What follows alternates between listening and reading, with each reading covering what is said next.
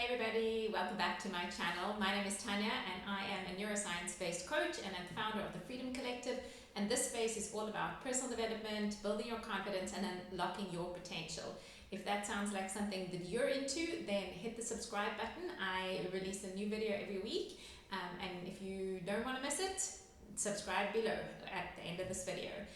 Today we're talking about something that I know that lots of people experience, that sneaky little voice that comes in at the most inopportune moment that kind of whispers, maybe you shouldn't be here, maybe you aren't right for this. Recently in one of our Freedom Collective meetings, one of our members shared that she's not feeling quite as confident about being as visible as she wants to be because she has this little voice that keeps saying to her, I don't know if you can actually do the things that you say you're going to do for your clients. And it was such a cool share because the whole community was able to recognize that in themselves, where all of us have had at some point that little voice that comes up and whispers, you're not quite all you're cracked up to be. And this is really imposter syndrome in action. This is what we experience as imposter syndrome. What is imposter syndrome? It's that feeling, sometimes it's dread, normally accompanied by fear, and the fear is a fear of being found out, a fear of being discovered as some sort of a fraud, or like you really shouldn't be here. And it's not an uncommon feeling, though it can be very debilitating, and in fact, for many people, it interrupts their career development, it slows them down as entrepreneurs, it holds them back, and so it's something that really has become a very important topic to talk about. And what I would love to share with you is a couple of things. So by the end of this video, you're going to understand where does that voice come from, what is it about, and what's happening in your brain that's causing this to happen. And then if you stay right until the end, I'm going to give you a framework for how to shut down that voice, because let's be honest, that voice is a liar. And so I'm going to give you a framework for how to manage that voice in the moments where it feels like it's going to hold you back. And I'm going to explain to you at each step what that process does and how you are rewiring and retraining your brain, because that's all I'm about. So what is happening in that moment when we have this voice that says, you're not all that, you're not all you think you are? What happens to us is that our brains are designed to keep us safe. That's their primary job, is to keep us safe. And so there's a piece of our brain that's constantly on guard, all the time, scanning the environment for any form of a threat. And anytime that we're doing something that is potentially risky, so perhaps something new, we're presenting something at work that we haven't presented, or we're in quite a challenging meeting, or we're taking a new business offer to market, what the brain likes to do is it likes to go back and reference past history to understand and predict the outcome. And when it doesn't find any past history, its default is to go into fear mode. It assumes that this is a dangerous place because we don't have any evidence or reference that this is effective. Now, in the moments when imposter syndrome is happening, this is possibly what's going on. The brain is not able to predict fully. There's what's known as a prediction error in the processing, when the brain starts to think about, okay, I've got to go do this thing now, and it's looking for a prediction for how it could turn out possibly, and it's not coming up with helpful data. And so it causes a prediction error, and it triggers in the brain a part of the brain that is our fear center. And in that moment, it releases cortisol, our stress hormone, and we end up in that space of what is typically called flight, fight, or freeze. And for many people, that literally can be a freeze moment. For others, they start procrastinating, or they avoid, and this is all around our fear mechanisms. And if you felt this way, I want you to know that you're definitely not alone. There was a study done in 2020 by it was reported actually in the Forbes magazine, that 75% of women who are and these are women who are in high positions in careers, have experienced some form of imposter syndrome throughout their careers.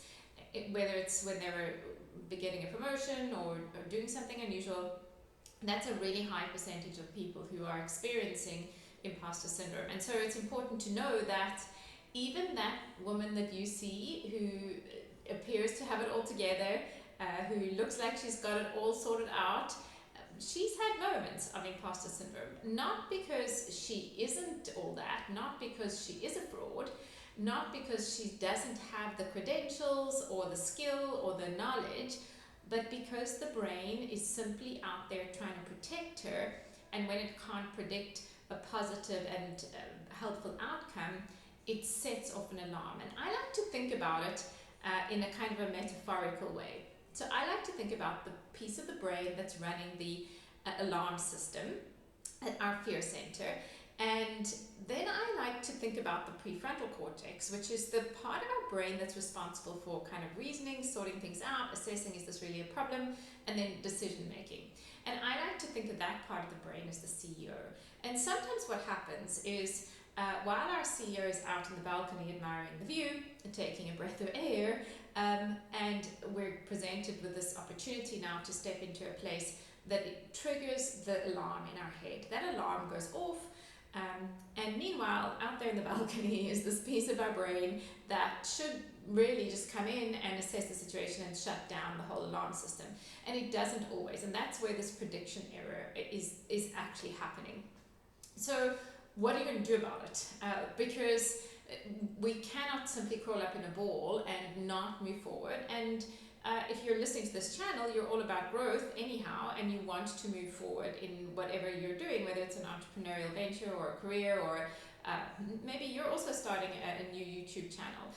And so I know that you want to move forward. So I put together a little framework, which it's got 5 steps in it, which I called it the confidence loop. And what's important to remember is it's a loop, right? It's not a one and done. This is not something that's going to just happen overnight. Why? Well, fortunately for us, the brain is changeable. Thanks to what science now knows about neuroplasticity, through repetitive action and intentional and attentional behavior, the brain can rewire itself. And those automatic pathways that trigger the alarm, we can set it up in the brain so that the brain, instead of going down that road, is going to the road of positive reinforcement and referencing and accessing a whole lot of positive evidence to say that, okay, this thing is a good thing to do. This is a safe place for you to move into, so go ahead and do your best. And so the process works like this.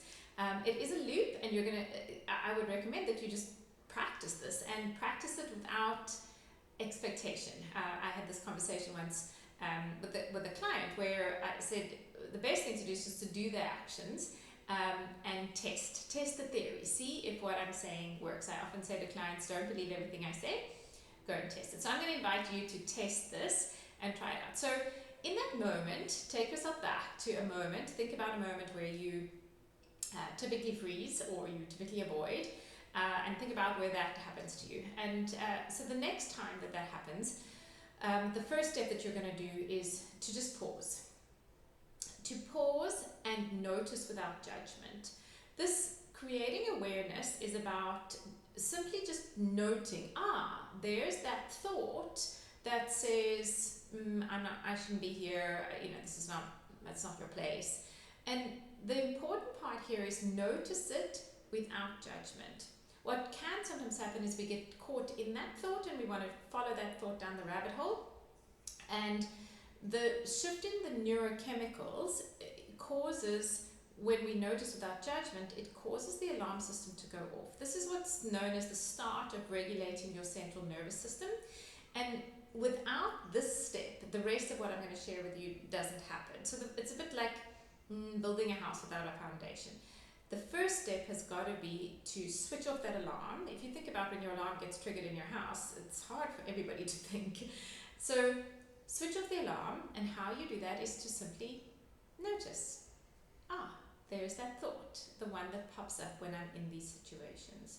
And the minute that happens, what's happening inside your brain is that your cortisol levels start to drop, the alarm system goes off, and we start to be able to access the prefrontal cortex, which is where our CEO is, who's going to come in off the balcony and start to assess the situation. So step 1 is notice without judgment. Step 2 is to ask. Ask a question. And the question to ask is, what is the absolute truth?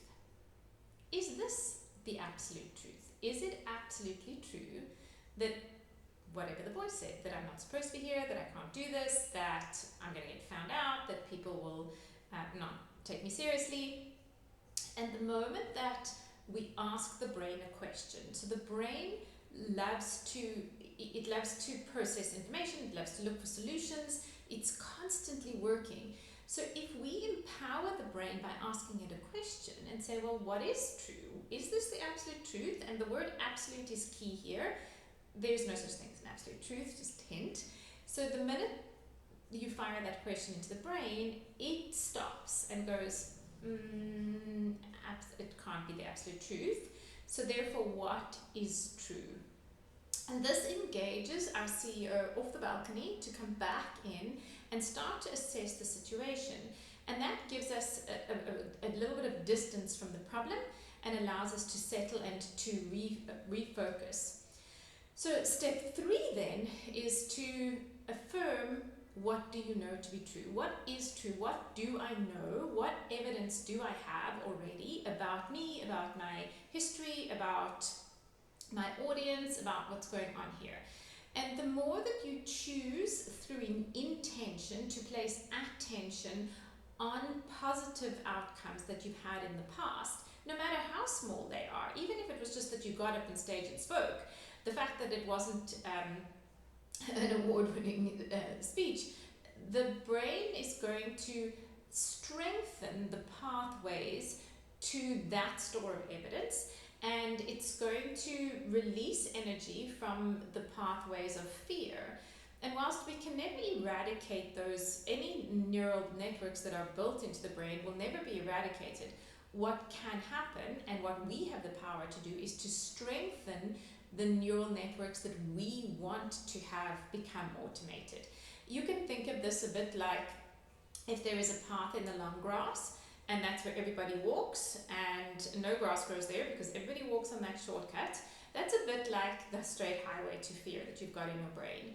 Now you want to take a different pathway, but there's long grass there, and you've got to do a little bit of effort to get there.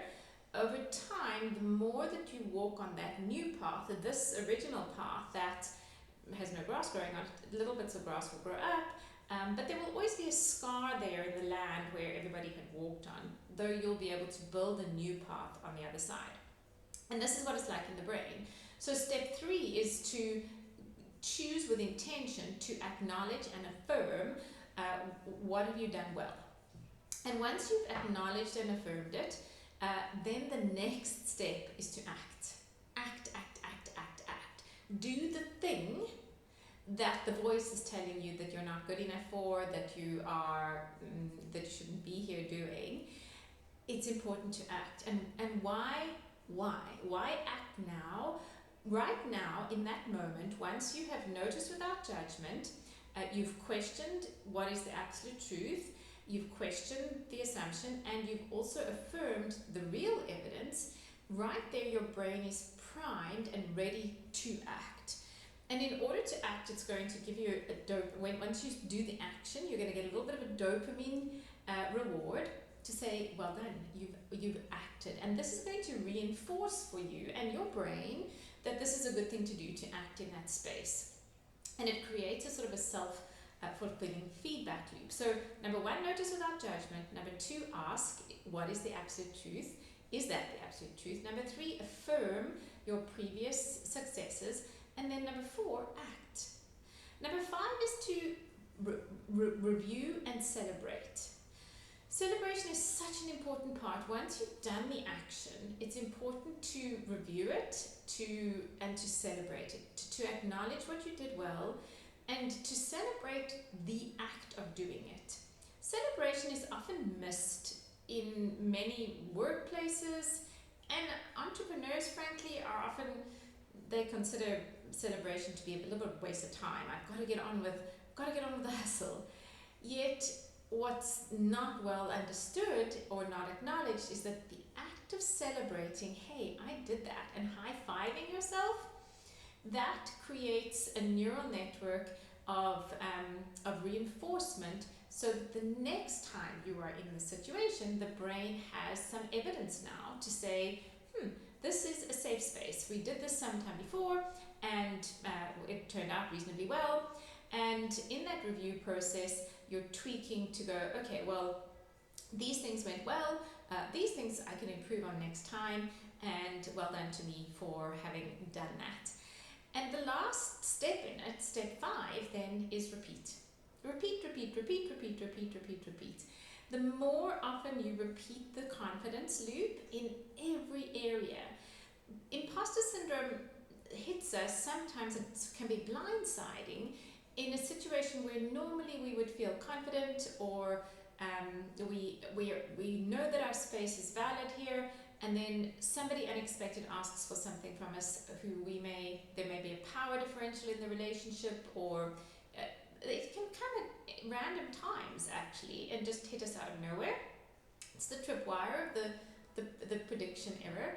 So the more that you repeat the confidence loop, notice without judgment, question the assumption, is that the absolute truth? Affirm what is true for you right now, act, and then celebrate and review. The more that confidence loop is run, the more frequently, the more the neural networks responsible for confidently showing up are going to thicken.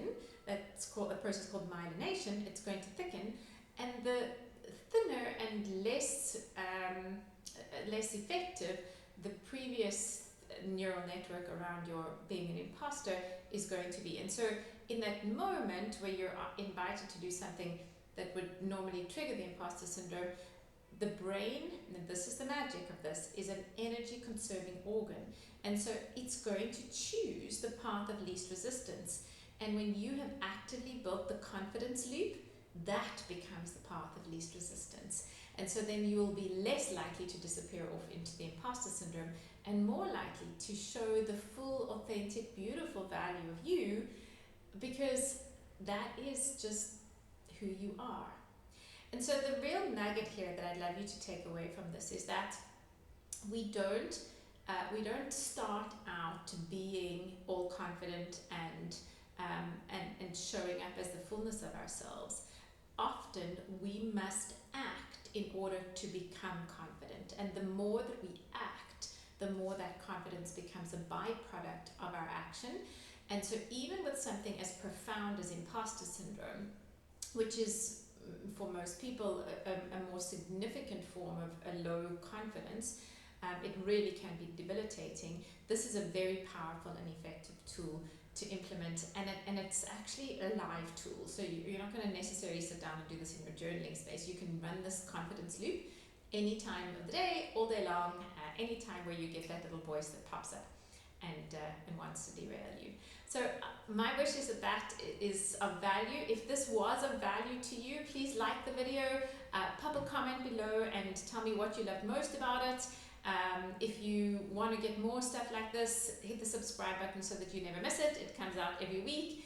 And share everything with your friends. If you've got friends who are interested in this kind of topic, make sure to share it with them as well.